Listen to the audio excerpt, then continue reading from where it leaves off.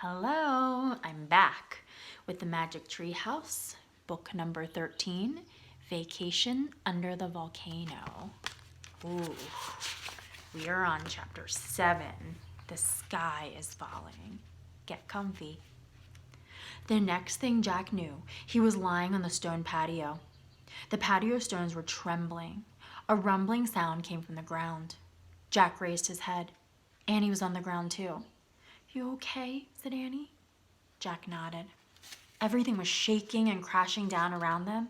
Pots, plants, the mermaid fountain, water from the goldfish pond sloshed onto the patio, and Jack and Annie, they both jumped up just as the roof tiles began falling into the garden.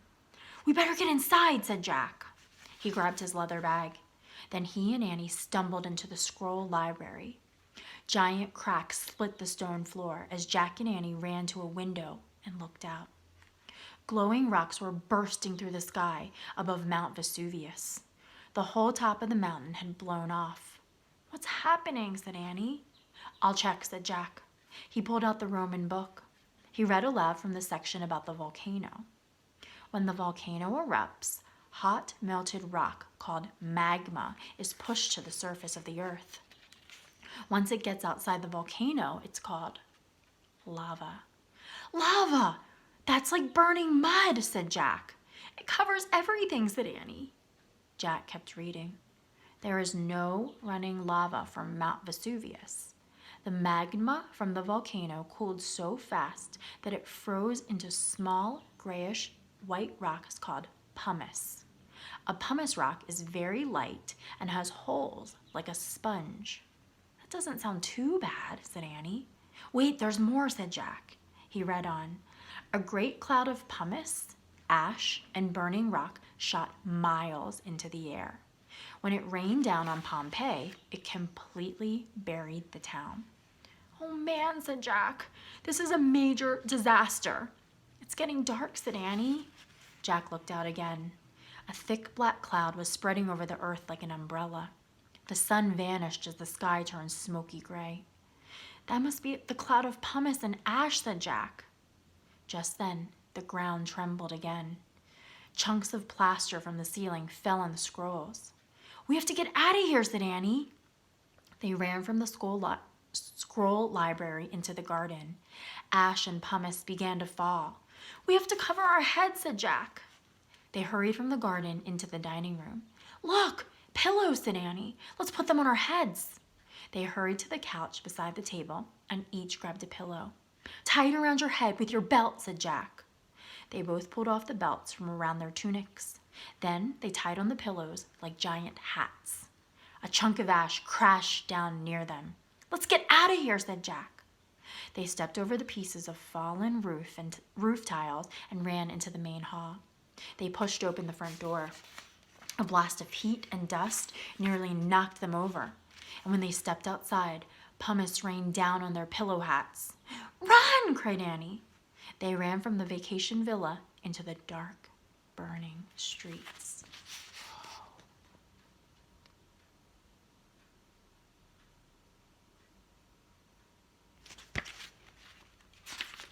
Chapter 8, Nightmare at Noon.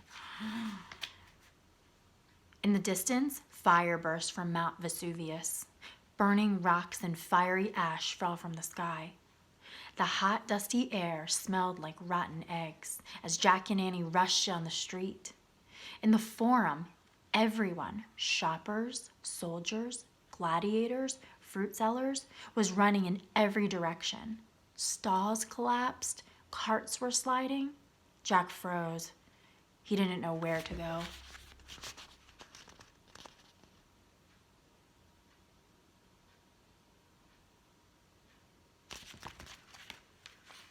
"That way!" shouted Annie. Jack followed her as they ran past the Temple of Juniper.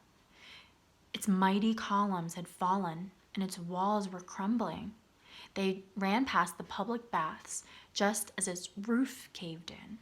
"Which way now?" shouted Annie. "The treehouse is in the olive grove," Jack said as they kept running.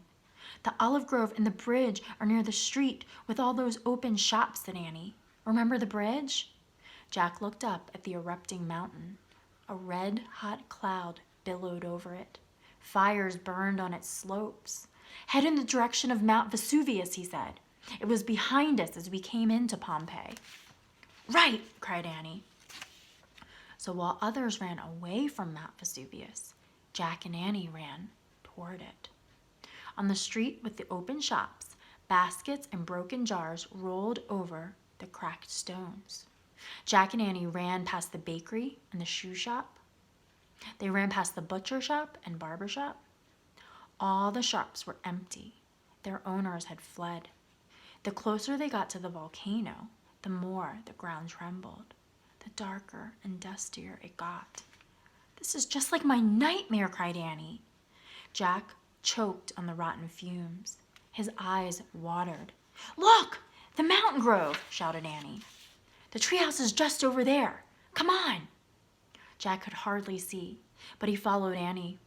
They left the street and ran to the dried-up stream near the olive grove. "Where's the bridge?" cried Annie. They looked around wildly. The bridge had vanished.